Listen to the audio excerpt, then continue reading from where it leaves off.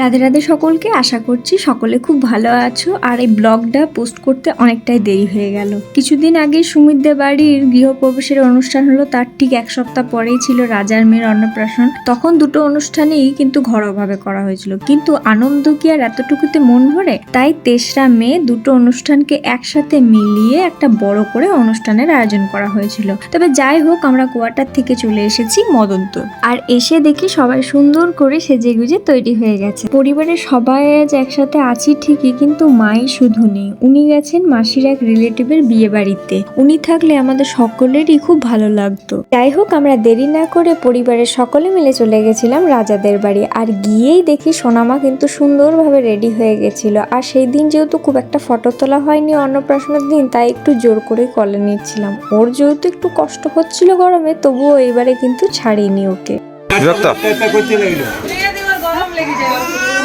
সবাই কলে নিচ্ছে না? গরম লাগছে।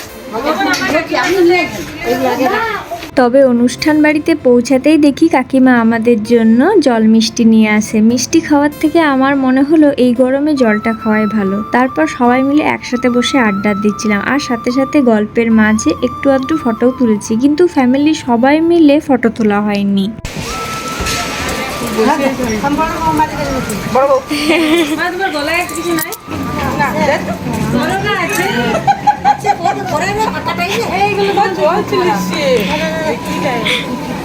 সুমিতের মামার বের বিয়েতে যখন গেছিলাম, তখন দিদার সাথে দেখা হলো, খুব একটা কথা হয়নি। তবে এইবার দেখা হয়ে গল্প করে বেশ ভালো লাগলো। অনেক তো গল্প আড্ডা হলো। এবার ভাবলাম কাকাদের নতুন বাড়ির দিকে, যেখানে রান্না ও খাওয়া দাওয়ার সমস্ত ব্যবস্থা করা হয়েছে, সেই জায়গাটা একবার তোমাদেরকে দেখায়। তবে সত্যি বলতে সেই দিনের ভিডিও বেশিরভাগ ক্লিপই আমার পতিদেব নিয়েছে।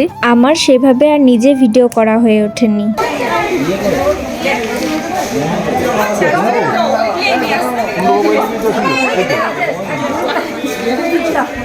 দেখা দিচ্ছ কালকে একবার দেখা দাও। কি হয়েছে?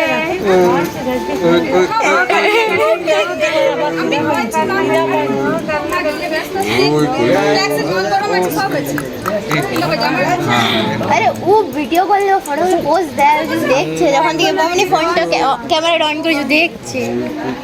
জল খাও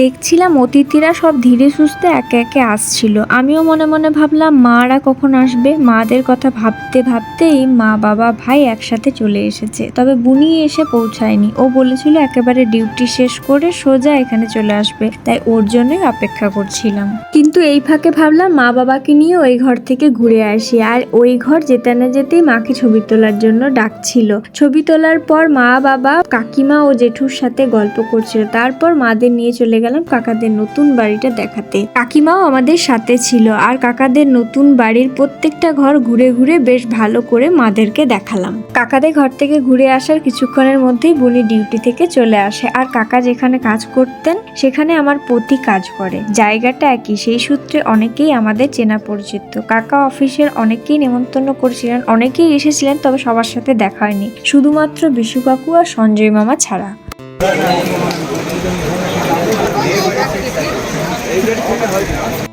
খেলে ভালো খেলে, কেমন খেলে? কেমন ভালো? তোমরা বসছিলে না আমাদের সাথে? বসবে বেটা। শুভম ওইখানে দাঁড়া, তুই ওইখানে দাঁড়া।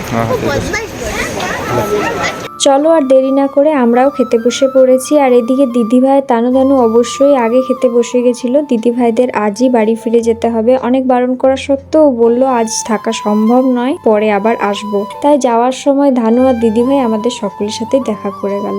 আর একটা বিষয়, আজকের দুপুরের মেনুটা কিন্তু ছিল অসাধারণ। প্রত্যেকটা খাবারই ছিল খুবই সুন্দর। আর যেহেতু সব খাবারই নিরামিষ ছিল, তাই আমাদের কাছে আনন্দটা ছিল আরেকটু বেশি স্পেশাল।